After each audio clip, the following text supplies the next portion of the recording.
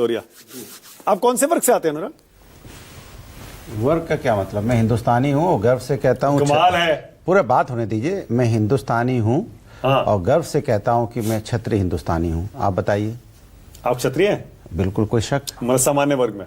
नहीं, मुझे क्यों शक होगा भाई? नहीं, जो आप जो कहेंगे मैं मान लूंगा। हाँ बिल्कुल। और बताइए। सामान्य वर्ग में हैं आप? हाँ, और बताइए। बजट में प्रावधान होना चाहिए अलग से पिछड़ों, SC ST OBC के लिए अलग से एकदम। देखिए, बिल्कुल क्यों होना चाहिए वो मैं बता रहा हूँ। हाँ बताइए। समाज के अंदर में जो लोग पिछड़ गए हैं, जो समाज में कमजोर हैं, उनको किस तरह से समाज की मुख्य धारा में शामिल करें, ये जिम्मेदारी हमारी आपकी सामूहिक है और ये सबकी जिम्मेदारी, इससे आप भाग नहीं सकते। तो ये जिम्मेदारी की अगर आवाज़ कोई कमज़ोर व्यक्ति की आवाज़ उठाता है, जिस तरह से जैसे शंकराचार्य पे जब शंकराचार्य का अपमान हुआ, आवाज़ किसने उठाई?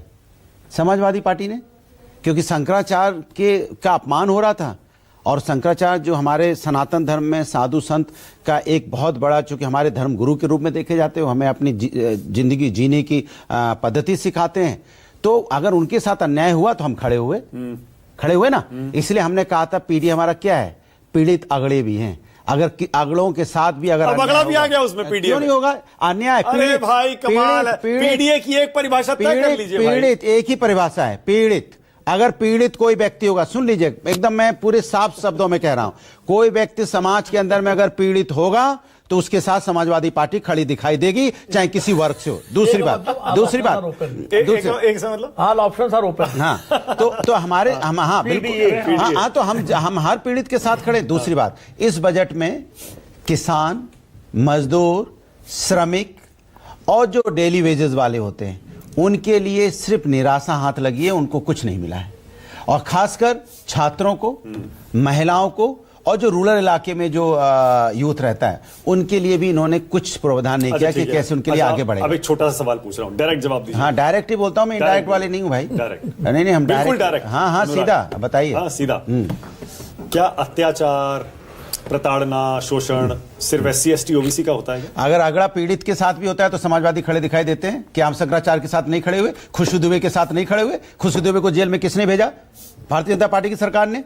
वो भी तो अगड़े से आती है, पीड़ित थी। होता है ना, मतलब पीड़ित थी तो हम खड़े हुए ना। अगड़ों के साथ भी होता है ना। अरे मैंने कहा पीड़ित कोई भी होगा, होता है ना अगड़ों के साथ। पीड़ित कोई भी होगा, अगड़े होंगे, पिछड़े होंगे, दलित होंगे, तो हम खड़े से दिखाई देते हैं ना। यही बात तो है कि हम खड़े दिखाई देते हैं। जो भी अगर पीड़ित होगा हम खड़े दिखाई देंगे। कौन खड़ा हुआ खुशबू दुबे के साथ? समाजवादी। UGC पर क्यों चुप हो गए थे फिर? किस पे? UGC पर कोई भी पीड़ित, देखिए बुरा किसी को, देखिए इस समाज के अंदर में, सुन लीजिए कान खोल के, जो अन्याय करता है वो बचना नहीं चाहिए। हाँ ठीक है। और जो अन्याय करता है वो बचना नहीं चाहिए। ठीक है, सही है। ठीक है। हाँ। और जो जिसको न्याय मिलना चाहिए उसको न्याय मिलना चाहिए। ठीक है, सीधी सी बात है। हमारी कोई झूठी शिकायत करे तो क्या होना चाहिए? मैंने कहा था अन्याय, फिर वही बात आ गई कि जिसपे भी अन्याय किसी के साथ होना नहीं चाहिए और जो दोषी है वो बचना नहीं चाहिए। सीधी सी बात है। और हम लोग तो राष्ट्रवादी लोग सीधी बात करते हैं, घुमा फिरा के नहीं। अच्छा, दोषी बचना नहीं चाहिए, अन्याय किसी पे होना नहीं चाहिए। आपके नेता PDA करते रहते हैं, पिछड़ा, दलित, अल्पसंख्यक, पिछड़े अगड़े, आदिवासी भी जोड़ देते हैं। पिछड़े अगड़े भी हैं। और अगला नहीं बोलते भाई, आप बोल रहा हूं ना। आप क्यों नहीं बोलते? बोल रहा हूं। अब आपने बदल दी परिभाषा। क्यों बदल दी? रोज यही बात होती है। और सुनिए, पिछड़ी आधी आबादी भी है।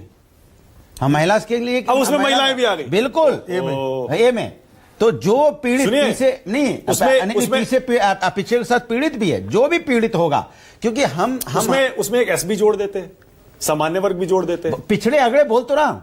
अगड़ा कहां है? अरे ए से है ना, ए से अगड़ा भी है, ए से अल्पसंख्यक भी है, हाँ, आधी आबादी भी है, आधी आबादी भी है, बिल्कुल है, सब है। क्या दिक्कत है उसमें?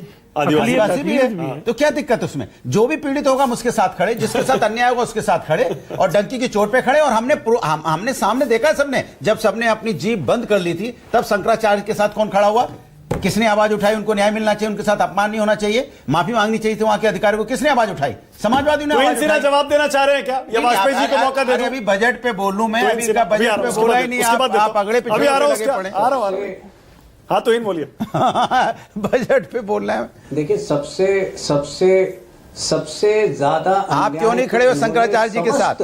सनातन धर्म के साथ किया है। क्यों नहीं खड़े हुए? सनातन धर्म के तो मार्गदर्शक होते हैं शंकराचार्य, वो हमारे गुरु होते हैं, संत समाज से आते हैं। मुझे नहीं लगता है कि इनको वो सारी बातें जो हैं वो करनी चाहिए, क्योंकि वो इनका इतिहास रहा है केवल और केवल सनातनियों पर प्रहार करने का, अच्छा, उन पर अत्याचार करने का। और आपका क्या है? भी जो है हम वो लोग हैं जो किसी पर अन्याय आपका क्या है? जो धर्म के नाम पे राजनीति करना, लेकिन अगर सनातनी वहां पे संत गुरु का अपमान होगा तो चुप्पी साध जाएंगे, ये आपका धर्म है। पर अन्याय होने ही नहीं देते। कमाल है भाई। अरे अन्याय हुआ ना, शंकराचार्य का अपमान हुआ। वाजपेयी जी जवाब देंगे आपका। ना वाजपेयी जवाब देंगे। अरे अभी